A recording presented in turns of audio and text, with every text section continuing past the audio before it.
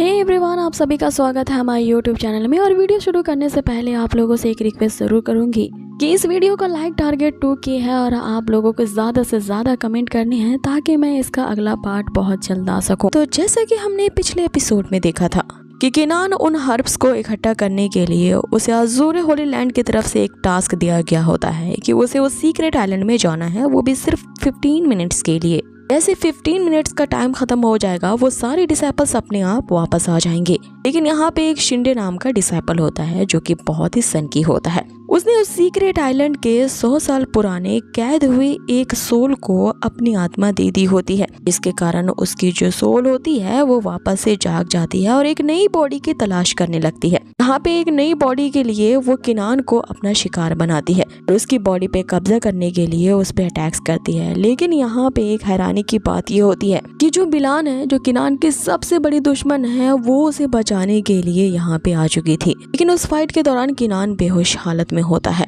अब आगे किनान को बचाने के लिए यहाँ बिलान जो होती है वो इस स्पिरिट से यहाँ रिक्वेस्ट करने लगती है कि अगर हमें यहाँ से बाहर जाने दोगे क्योंकि किनान की बॉडी तुम्हारे लिए सुटेबल नहीं है। लेकिन यहाँ वो जो स्पिरिट होता है वो बिलान की यहाँ पे पावर्स को देख चुका था, वो उसी के बॉडी को कैप्चर करने के लिए उस पे हमले करने लगता है। अब यहाँ जो बिलान होती है आगे क्या करना चाहिए उसे कुछ समझ में नहीं आ रहा था, वो ब्लैंक होके वहीं बैठ जाती है।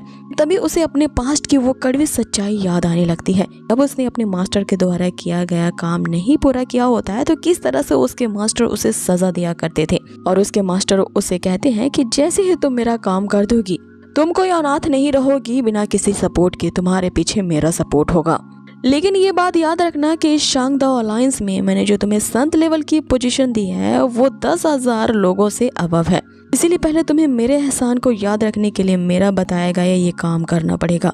जैसे तुम मेरे कहे मुताबिक परफॉर्म करोगे तुम्हारे ये जो मास्टर है तुम्हारे सारी इच्छाओं को पूरा कर देगा। लेकिन अगर मैंने जो तुम्हें टास्क दिया है तुमने उस टास्क से पीछे हटने की कोशिश की या उसे पूरा नहीं किया तो बस समझ जाना कि तुम्हें जिस कचड़े से मैंने उठा करके लाया था तुम मेरे लिए बस वही कचड़े के समान होगी। फिर तुम चाहे किसी भी सिचुएशन में पड़ जाओ तुम्हें बचाने वाला कोई नहीं होगा, ना ही तुम्हारे पीछे कोई खड़ा होगा। यानी कि उसे साफ साफ वो बातें याद आ रही होती हैं कि उसके मास्टर ने यहाँ किनान के कब्जा करने के लिए उसे कहा था ताकि वो जोंग पैवेलियन का सीक्रेट उससे निकलवा सके। अब यहाँ बिलान ने तो उसका उल्टा ही किया था, वो यहाँ किनान को बचाने के लिए आ गई थी। का मतलब है कि उसने अपने मास्टर को ही धोखा दिया है और उसका बताया हुआ काम नहीं किया है। इसलिए बिलान यहाँ चाहे कितनी भी बड़ी मुसीबत में क्यों न पड़ जाए उसे बचाने के लिए यहाँ पे कोई आएगा भी नहीं और वो किसी को बुला भी नहीं सकती। अब इसीलिए वो ब्लैंक एक जगह बैठ के बस यही इंतजार कर रही होती है कि किनान को बचाने का यही तरीका है कि ये जो स्पिरिट है मेरी बॉडी पे कब्जा कर ले।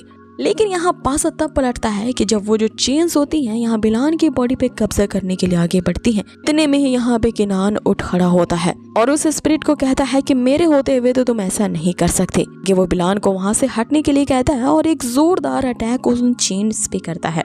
वो चेन्स नीचे जमीन में गिरती है और उसे कट करने के लिए यहाँ किनान अपनी शॉट का यूज करता है। अब आगे ये देख के तो यहाँ बिलान पूरी तरह से शॉक रह जाती है कि किनान किस तरह से उठ खड़ा हुआ है उसे प्रोटेक्ट करने के लिए। उसे अपने मास्टर की कही हुई बात फिर से याद आती है कि मेरे अलावा तुम्हें कोई नहीं बचा सकता, तुम सिर्फ मुझ पे ही डिपेंडेंट हो और अगर तुम मेरा बताया हुआ काम नहीं करोगी तो तुम्हें हमेशा ये याद रखना होगा कि तुम्हें किस तरह से ट्रीट किया जा रहा है, अभी वैसे ही तुम्हारी हालत होगी हमेशा। तुम ये भूल जाओ कि तुम यहाँ पर एक स्पेशल जगह रखती हो। अगर तुम अपने साथ उस जोंग पैवेलियन के सीक्रेट्स नहीं लेकर के आई तो दोबारा यहाँ आने की सोचना भी मत। किनान उसके यहाँ मन की हालत को समझता था, वो उससे कहता है कि अपने पास्ट के मेमोरीज को याद करना बंद करो और अपने आप को यूं नीचा समझना बंद करो, यहाँ पे खड़ी हो जाओ और फैट बैक करो। आगे किनान उस स्पिरिट से कहता है कि अभी तुम्हारे साथ भी मुझे हिसाब किताब करना बाकी है। अब जैसे ही वो स्पिरिट्स किनान पे हमला करने के लिए अपने चारों तरफ की जो चेन्स होती हैं उसकी बॉडी की तरफ फेंकती हैं, यहाँ तभी सीन चेंज होता है और हमें शी को दिखाया जाता है जो कि अपने मेडिटेशन से जाग जाती है। यहाँ पे उसे इस बात का एहसास हो जाता है कि किनान किसी बड़े खतरे में है। इसीलिए मास्टर के ये पूछने पर तुमने अभी अभी अपनी कल्टीवेशन की पोजीशन क्यों ब्रेक की है, शी उसे बताती है मुझे लग रहा है कि किनान एक बड़ी मुसीबत में फंस चुका है। इस पे मास्टर जिंगशान उसे कहते हैं कि किनान को यहाँ से जाने से पहले मैंने एक खास तरह का टोकन दिया है, अगर वो किसी भी तरह का मुसीबत में होता और उसका जान का खतरा होता वो उस टोकन का यूज कर देता ताकि मैं उसकी हेल्प करने के लिए वहाँ पहुँच जाऊँ। इसीलिए किनान की चिंता मत करो, वो सेफ होगा। यहाँ शी ये जानती थी कि वो यांग पैविलियन के कारण ही यहाँ पे जो किनान है उसकी जान को खतरा बना रहता है, क्योंकि उसी सीक्रेट के कारण ही उसकी शक्तियाँ बढ़ रही हैं। अब आगे हमें वापस से उसी सीक्रेट आइलैंड का सीन दिखाया जाता है, जहाँ पे किनान को उन अटैक से बचाने के लिए जो यहाँ पे बिलान होती है उन चेन्स पे अटैक करती है। अब आगे किनान फिर से उठ खड़ा होता है और लगातार उन चेन्स पे वो अटैक कर रहा था। जैसे ही यहाँ बिलान जो होती है वो उसकी मदद करने के लिए स्टैचू के चेन्स पे अटैक करती है, यहाँ किनान को एक मौका मिल जाता है और वो अपनी तलवार से उसी स्टैचू पे अटैक करता है, जिसपे वो स्पिरिट ऑफ किनान से कहने लगता है कि अब तुमने मेरे सब्र का बांध तोड़ दिया है, तुम्हें वह बताता हूँ कि असली अटैक किसे कहते हैं। यहाँ पे एक अजीब सा फिनोमिना हमें दिखाया जाता है, वो आइलैंड की सारी चीजें हवा में तैरने लगती हैं। किनान की बॉडी को वो जो स्पिरिट होती है अपने ब्लैक मैजिक से कैद कर लेती है। किनान यहाँ उसे कहने लगता है कि मैं तुम्हें आखिरी बार ये एडवाइस दे रहा हूँ, हमारी ये 100 साल पुरानी ये जो काली करतूतें हैं, हमारी ये बुरी कारनामे जो हैं वो पल भर में खत्म हो जाएंगे, इसीलिए मुझे छोड़ दो, तभी ये तुम्हारी स्पिरिट जिंदा बच सकती है। जिसपे वो स्टैचू का स्पिरिट उसे कहता है कि जब तुम्हारी बॉडी पे मैं कब्जा कर लूंगा तो तुम अपने अंदर की सोल की चिंता करो कि फिर ये कहाँ जाएगी। तुम्हें क्या लगा कि तुम मेरे इस फॉरबिडन एरिया में आकर के किसी हीरो की तरह से इस लड़की को बचा करके ले जाओगे और मैं सिर्फ यहाँ इस शो को देखता ही रह जाऊंगा। इस तरह की खोखली धमकी देना बंद करो, क्योंकि अब के बाद से तुम्हारी ये जो पावरफुल बॉडी होगी वो मेरी होगी। कि तभी यहाँ पे फिर से पासा पलटता है। इतने में ही उस स्टैचू स्पिरिट का वो जो ब्लैक मैजिक का दाव टूटता है। ज़ोलिंग पैविलियन के मास्टर जिंगशान आ चुके थे, जिन्होंने पहले भी किनान को इस सिचुएशन से बचाया है। यहाँ पे उनकी एंट्री इसलिए होती है क्योंकि बिलान ने उस टोकन को प्रेस कर दिया था। मास्टर उसे कहते हैं कि तुम्हें ये कॉन्फिडेंस किसने दे दिया कि तुम यहाँ पे मेरे डिसाइपल पे इस तरह से हमले कर सको।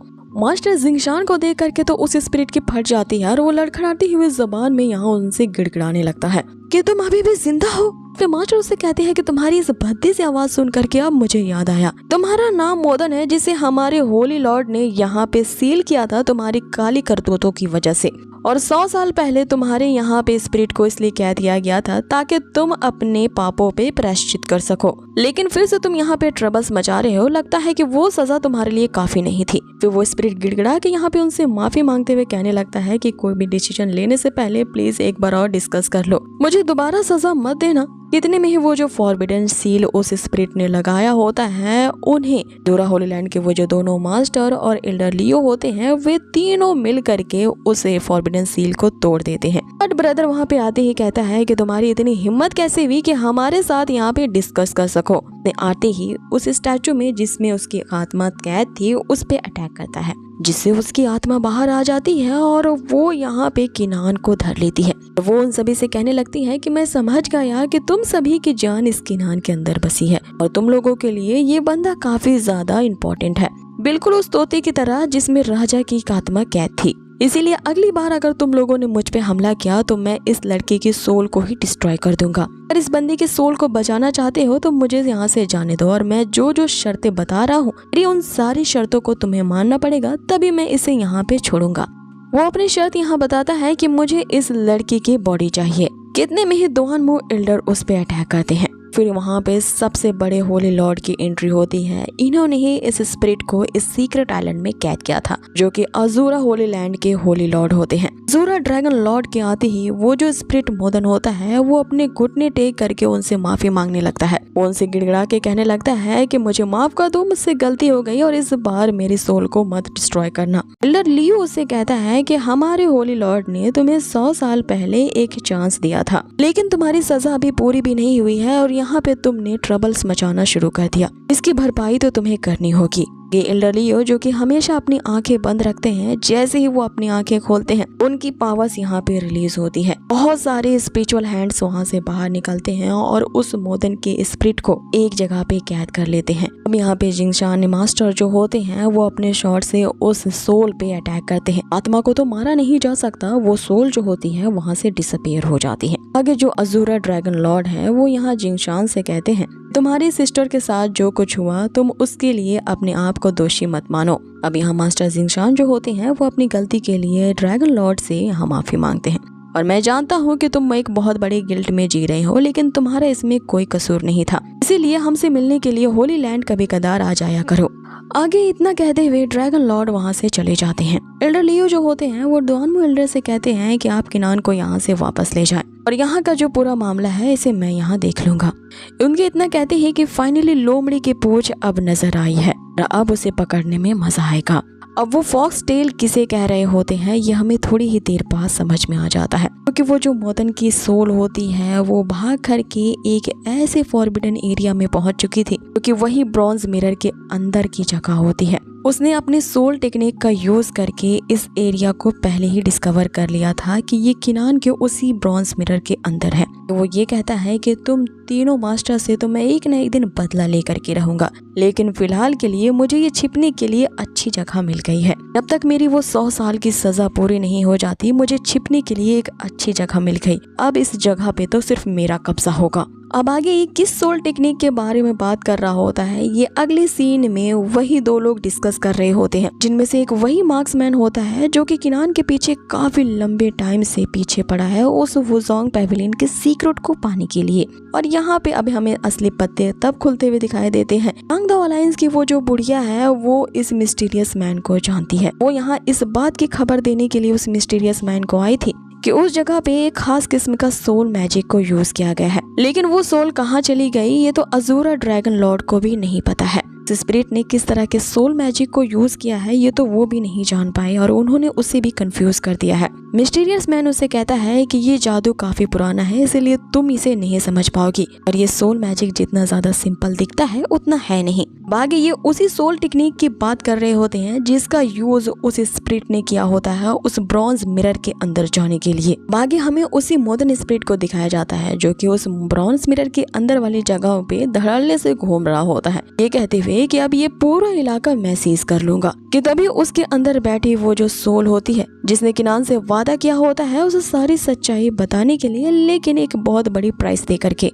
वो लड़की उससे कहने लगती है कि ये कोई ऐसी मामूली सी जगह नहीं है जहाँ पे कोई भी मुंह उठा करके चला आ सकता है। कि वो जो स्पिरिट होता है वो अपने सामने गॉड ऑफ वॉर की मार्शल सोल को देखता है, क्योंकि एक झटके से ही उसकी स्पिरिट को वहाँ पे मार डालती है। ऐसा इसलिए होता है क्योंकि किनान की ये जो मार्शल स्पिरिट है उसने उस ब्रॉन्ज मिरर के अंदर रह रही इस लड़की के स्पिरिट के साथ कोलैबोरेशन कर लिया है। इसके कारण ये दोनों ही यहाँ किनान का साथ देने के लिए रहते हैं। आगे हमें वापस से उसी मिस्टीरियस मैन को दिखाया जाता है जो कि ये सब कुछ देख रहा होता है और उसे भी समझ में नहीं आता कि अभी अभी क्या हुआ है। वो उस बुढ़िया से कहता है कि वो अजूरा ड्रैगन लॉर्ड इतना भी बेवकूफ नहीं है, उसमें अभी क्या पावर्स है ये आज तक कोई जान नहीं पाया है, कि उसने अपनी पावर्स की आइडेंटिटी सबसे छिपा के रखी है। वो अजूरा ड्रैगन लॉर्ड अपने अंदर क्या राज छुपा रहा है इसकी भनक तो आज तक किसी को नहीं लगी है। अब इसी सस्पेंस को बताते हुए ये सीन यहीं पे खत्म होता है। इस एपिसोड के खत्म होते ही मैं हैरान हूँ कि आखिर इस सीरीज में इतने ही ज्यादा ट्विस्ट एंड टर्न्स आते ही रहते हैं जो कि कभी भी बोर नहीं होता और हमेशा क्यूरियोसिटी ये बनी रहती है कि आगे क्या होने वाला है। तो गाइज ये जानने के लिए बने रहिए हमारे इस चैनल के साथ और कर दीजिए इसे लाइक शेयर एंड सब्सक्राइब। और हाँ, अगर वीडियो अच्छी लगी होने तो प्लीज इसे लाइक जरूर करें। बहुत ही जल्द मिलेंगे इसके नेक्स्ट अमेजिंग से एपिसोड पे। Till then take care, stay healthy, good bye.